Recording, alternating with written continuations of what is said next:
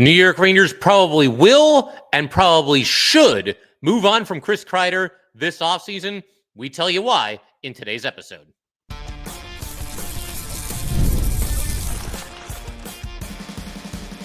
You're Locked on the New York Rangers, your daily podcast on the New York Rangers. Part of the Locked On Podcast Network, your team every day.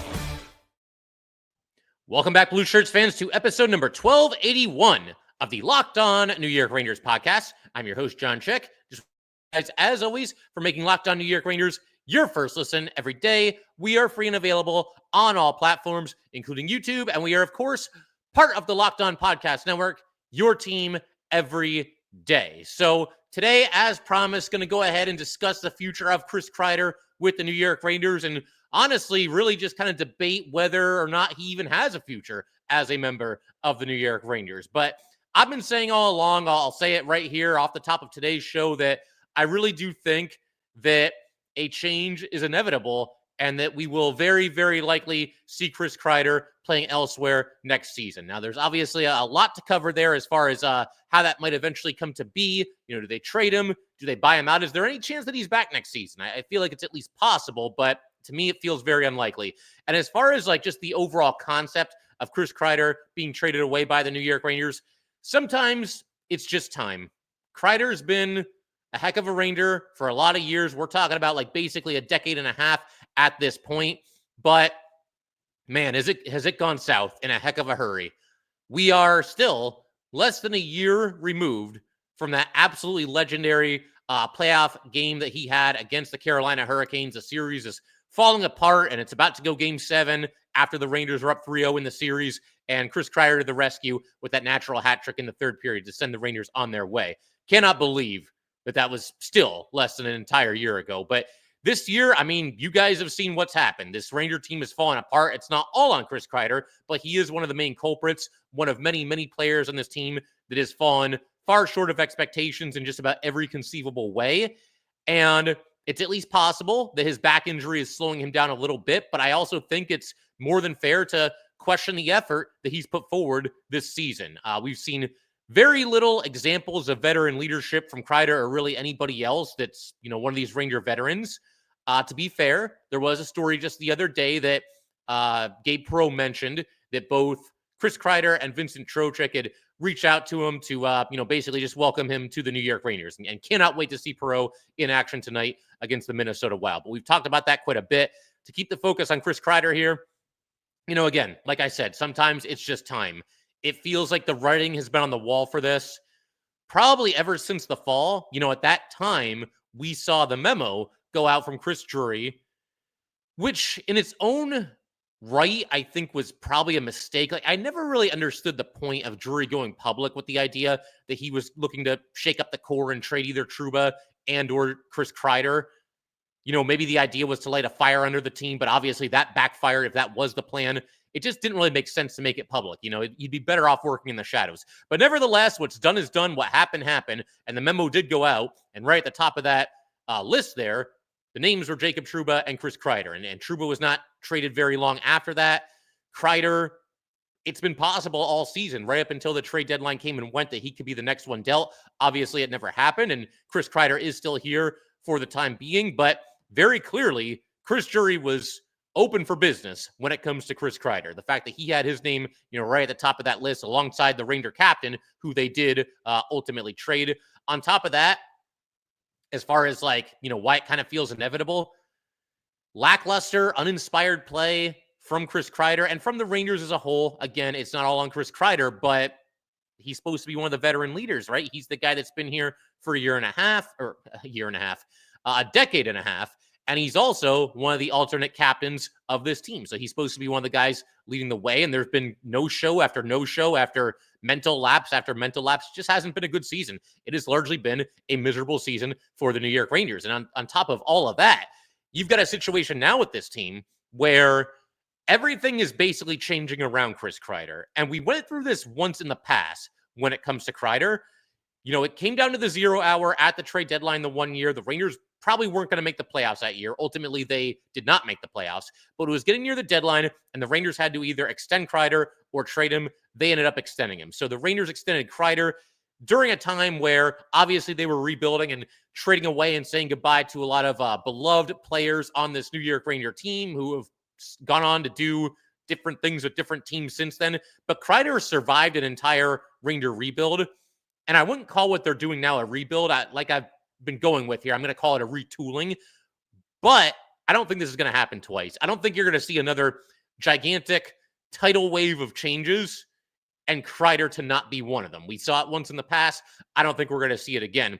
And on top of that, this retooling that we speak of on here, it's already underway. Think of how many players the Rangers have said goodbye to between this offseason and the season that is currently still unfolding and currently has 8 games left. The Rangers have said goodbye to Barclay Goodrow, Jacob Trouba, Capo Caco, Philip Hedl, Ryan Lindgren, Jimmy Vesey, and you could even throw Riley Smith and Victor Mancini in there. I wouldn't put them in with that group just because, they were both here for a very short amount of time. But again, you see all these changes and all these wheelings and dealings. Do we really think that Chris Kreider is safe? Do you really think that he's not going to end up being a casualty of this Ranger retooling, especially when you consider how he's played this season? And on top of that, you've got a situation where Kreider can be traded. I don't know that it'll necessarily be easy. I don't know that the return is going to be great. We'll break that down in just a second. But the bottom line, Kreider's only got 15 teams that he can block a trade to. His former full no move clause this year turned into a 15-team no trade clause, and that will be the case throughout the rest of Chris Kreider's contract. He's got 2 years left on his deal after this one. So, with somebody like Mika Zibanejad, I know a lot of people are looking for the Rangers to move on from him this offseason. I don't think that's going to happen because I think he would be more difficult to trade than Kreider. He makes more and has more years left on his contract. And on top of that, Mika's got the full no move clause. So there might not be anything you can do with Mika other than just keep your fingers crossed that he comes back better next year and has a stronger start to the season. With Kreider, though, you can move him. I think it's certainly possible. And like I said, I think it probably will happen. As far as like the possible return, what the Rangers could get in a trade of Chris Kreider, I've mentioned this off and on, throughout really the entire season when we're kind of looking ahead and trying to figure out where this team is going and what they're going to look like going into next season, which will hopefully be better than this one. But I think you're looking at a situation where, if Kreider is moved, if Kreider is traded, it's basically going to be a glorified salary dump where the Rangers at best are probably getting like a 4th round pick in exchange for Chris Kreider, somewhere in that ballpark. It's funny because when the Rangers trade somebody, when they're about to trade somebody, when the writing is on the wall, usually you kind of have a sense of what type of a team is going to acquire them.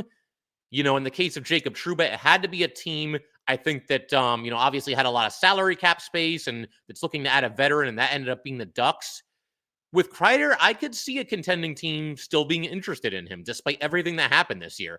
I mean, he had a really good season last year, did Kreider, and there might be some teams out there that think that they can get him back to that, or at least close to that. There might be some teams out there that think that, Kreider will fall in line with the established leaders that, whatever team he goes to already has. That's at least possible. And then I could also see maybe some rebuilding teams looking to acquire Kreider as well.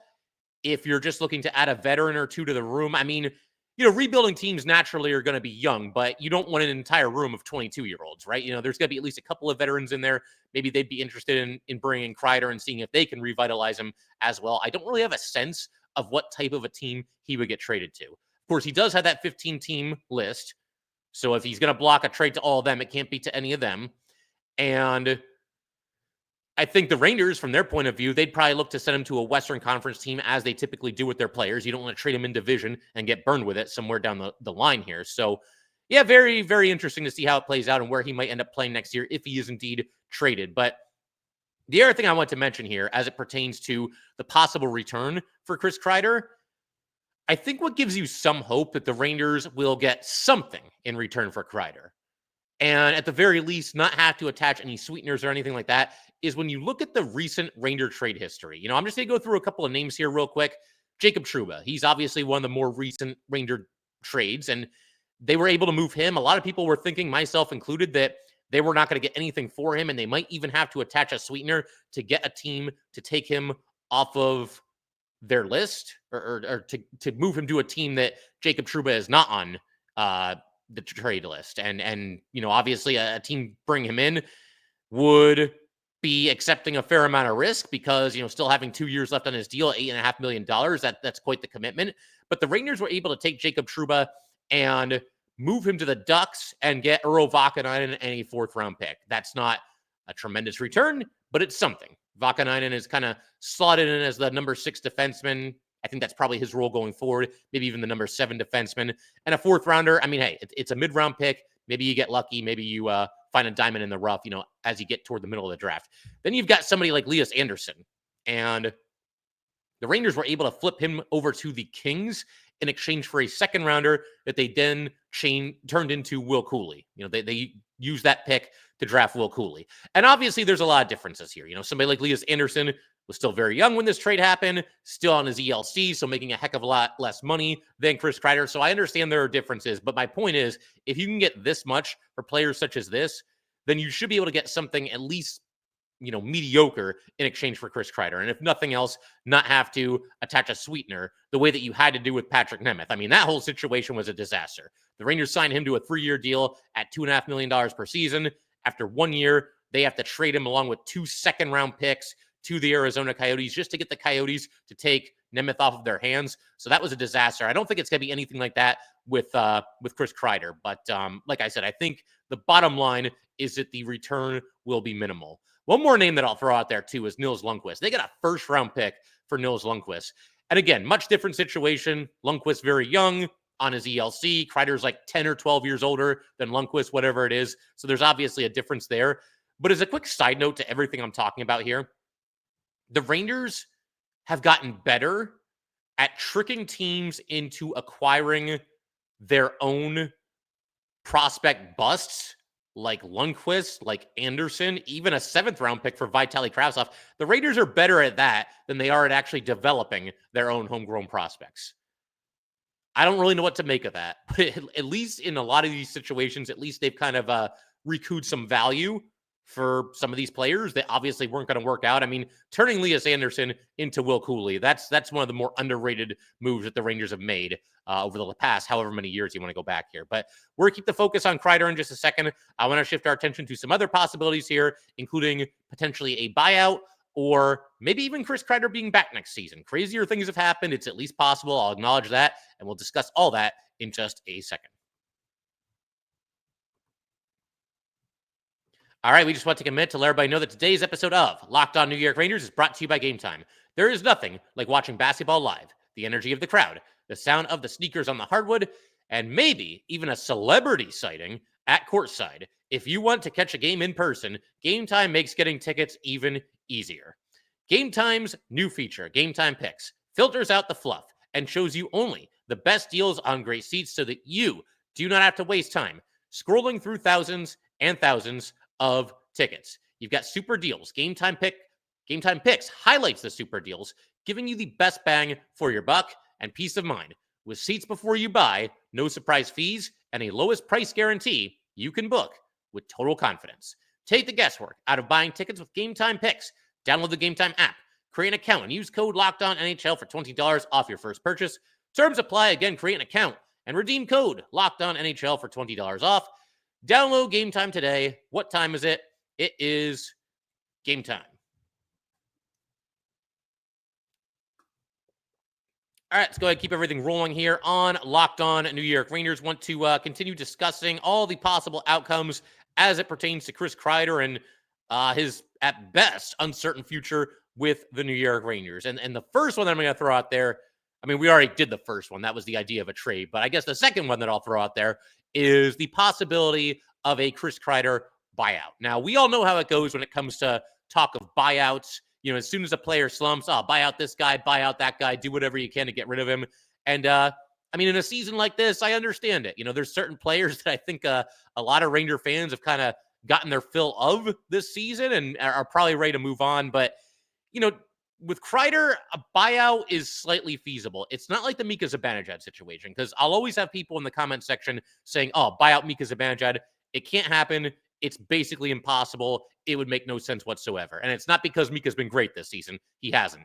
But it's because Mika currently carries an $8.5 million cap hit for 5 more seasons after this one, Should probably take a minute to process that real quick. 5 more seasons of Mika Zibanejad at $8.5 million.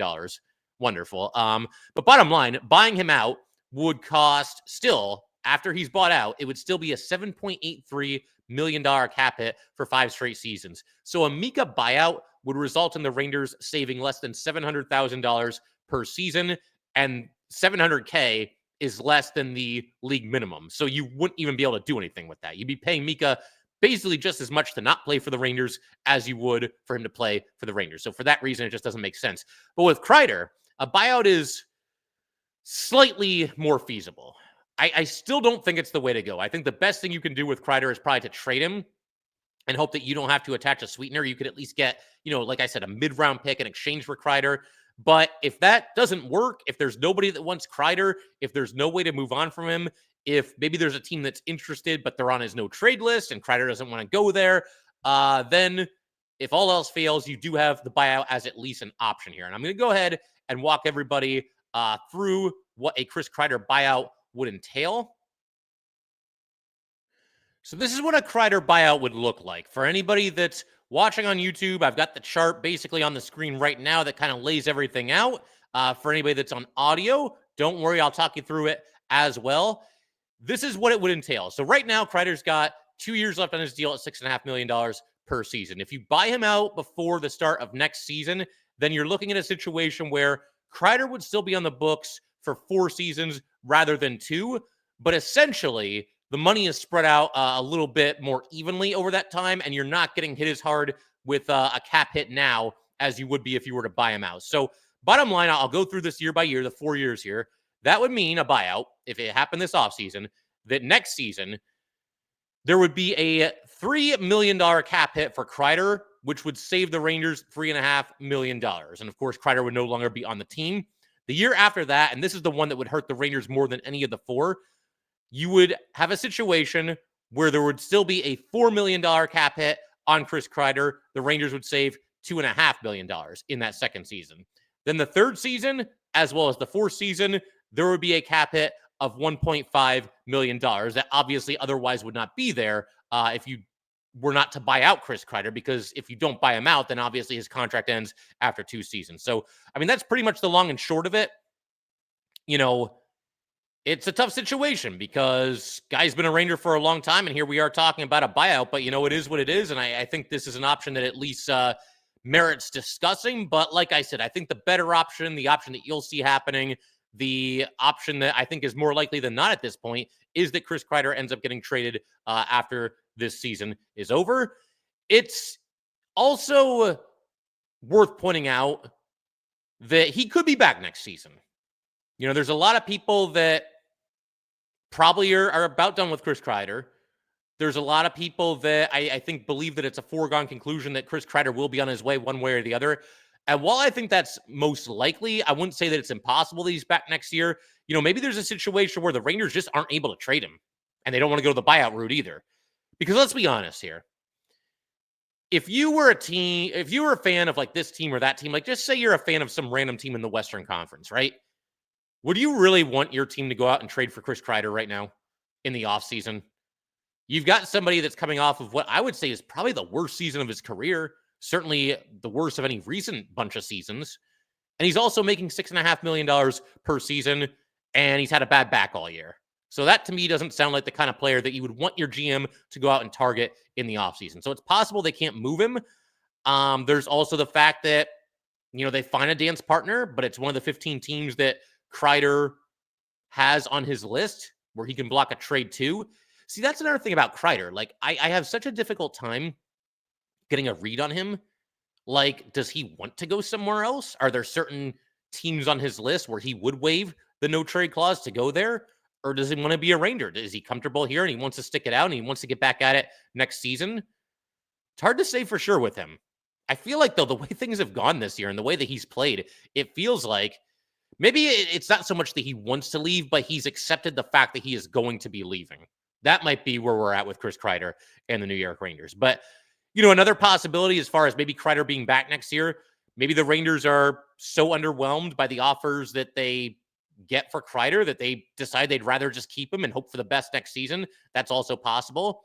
Maybe if the Rangers hire a new coach going into next year, which also seems very likely, maybe the Rangers feel that that new coach can reach Kreider and get him to play the kind of hockey that we need this guy to play and that he has not played this season. Maybe with a full off season of rest, Chris Kreider can get around this back injury that's hampering him a little bit and at least get back to being somewhat close to the player that he was even as recently as last season. All these things I suppose are at least possible, but as far as the Rangers and Kreider and them sticking together for at least one more season, that's a lot of maybes that I just laid out there, right? That's a lot of things that need to go just right for it to make any sense for the Rangers to keep Chris Kreider and for Chris Kreider to be back for at least one more season with the New York Rangers. So bottom line, look, it hasn't gone well this season. Like I said at the top of the show, sometimes it's just time, and I think we've gotten to that point with Chris Kreider. We were probably at that point with Chris Kreider sometime around November. But my advice to everybody that's a Kreider fan, or even if you're not a Kreider fan, is just to enjoy this. There's 8 games left. In theory, the Rangers are still in the playoff race. And at any minute now, we could watch what turns out to be Chris Kreider's final goal, final assist with the New York Rangers at some point, final shift with the New York Rangers. Because here's the thing, even if you're not like a huge Kreider fan, he's never really been one of your favorites, he's still been a staple of Ranger hockey for a long time. He's been here through a couple different eras of Ranger hockey. He's been to the conference final 5 times. He's been to the Stanley Cup final once. I mentioned the awesome Game 6 performance against the Canes last season. He's right at or near the top of a bunch of different all-time New York Ranger lists. So I think at a certain point, you have to at least appreciate this guy and appreciate the longevity and the fact that he has been such an important player on some really, really good Ranger teams that ended up making some deep playoff runs. And speaking of the playoffs, 48 playoff goals for Chris Kreider in 123 playoff games. That's very impressive in its own right. And to get back to something I mentioned ago, that at any minute it could be his last goal, his last assist, whatever, that could actually happen sooner than we think because there's 8 games left. No guarantee that Kreider is going to play in all of them because he's got the back issue.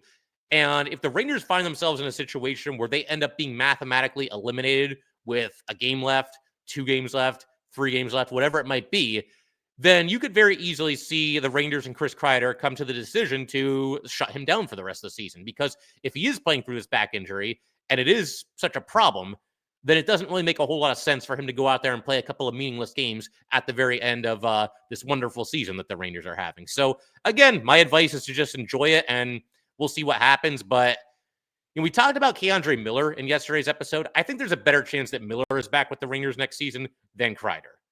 And there might be some people that hear that and say, oh, I want both gone. And I get what you're saying, but that kind of tells you where things are at right now. Even though Miller hasn't signed an extension, there doesn't seem to be any noise there about an extension getting done.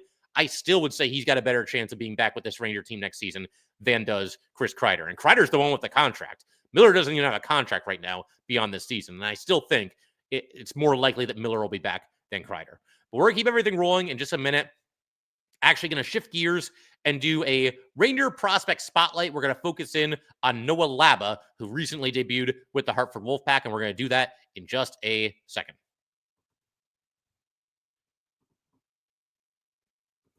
All right, we just want to take a minute to let everybody know that today's episode of Locked On New York Rangers is brought to you by FanDuel. March Madness is here, and FanDuel is giving you the chance to get in on the action like never before. Right now, new customers can get $200 in bonus bets when your first $5 bet wins. That's $200 extra bucks to use on everything from buzzer beaters to Cinderella stories and even who's cutting down the nets. You got to stay in the action with tournament games happening almost every day right up until the Final Four. There's always something exciting on which to bet, and it's easy and fast. The FanDuel app is simple to use, and when you get paid, you win instantly. No waiting around. So visit FanDuel.com and get in on the college hoops action all tournament long.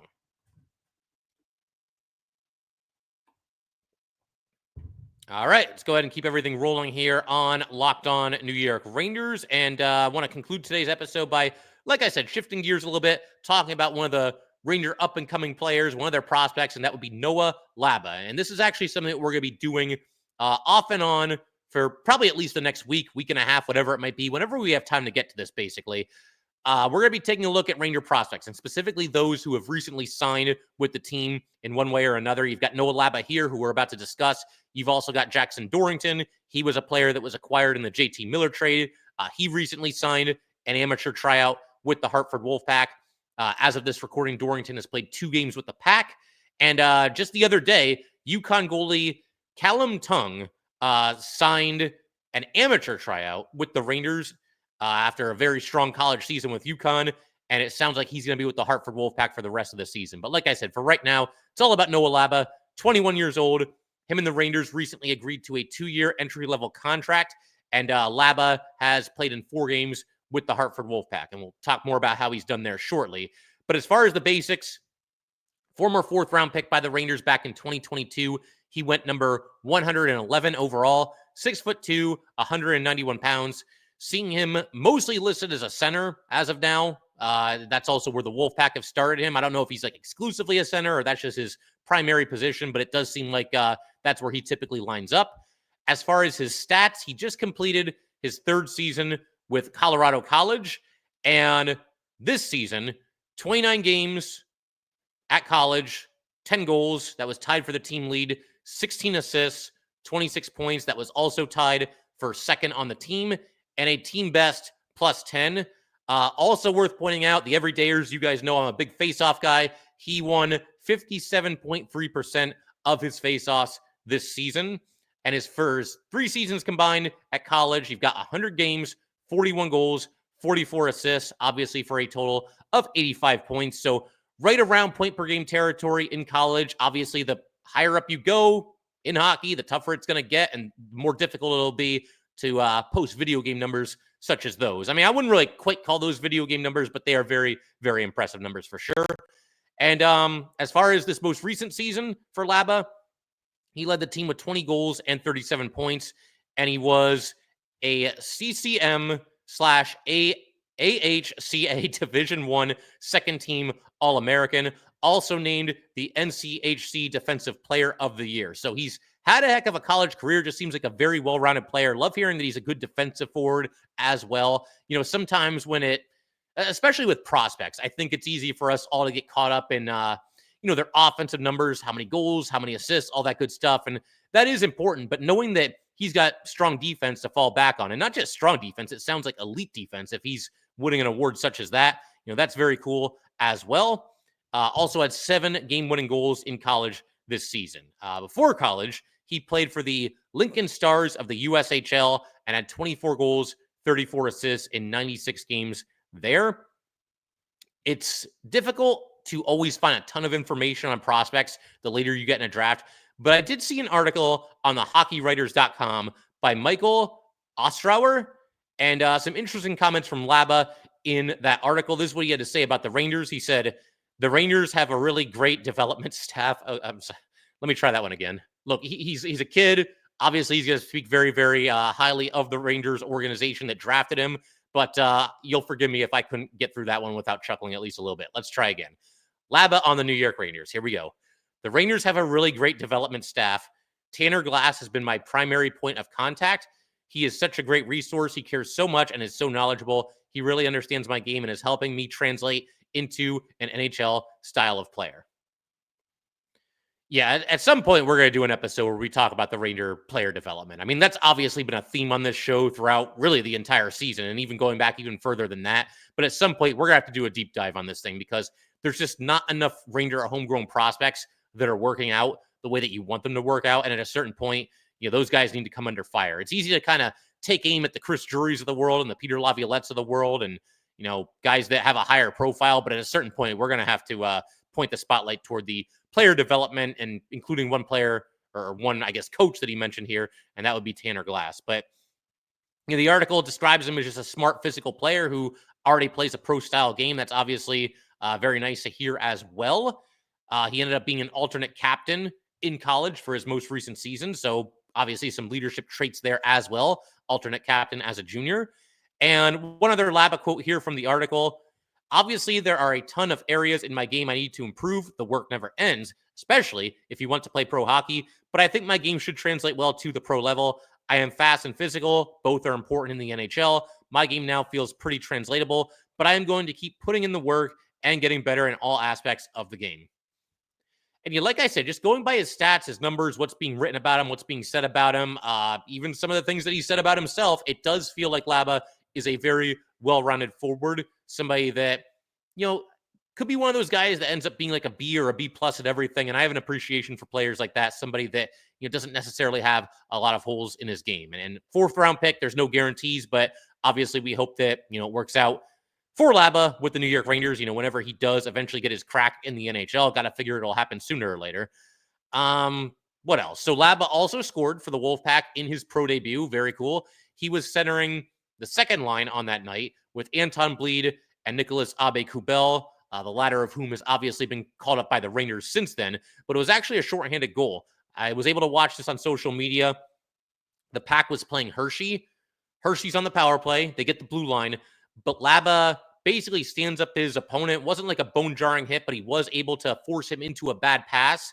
Said pass was intercepted by Anton Bleed, and then Laba took off up the ice. Bleed made a perfect pass, led him right into the offensive zone, and Laba went in alone, went backhand, forehand, scored on the breakaway to get a shorty for his first professional point as a member of the Hartford Wolfpack. And for what it's worth, the Wolfpack won that game 4-3. Now, Laba has played 4 games with the Wolfpack. That so far is still his only point, and he's a -1 in that time. But, I'm feeling pretty good about Noah Laba. He's one of those guys that, we've all got our favorites. Brett Berard was a favorite of mine for a long time, and it's great to see that he's, finally getting his chance in the NHL with the New York Rangers.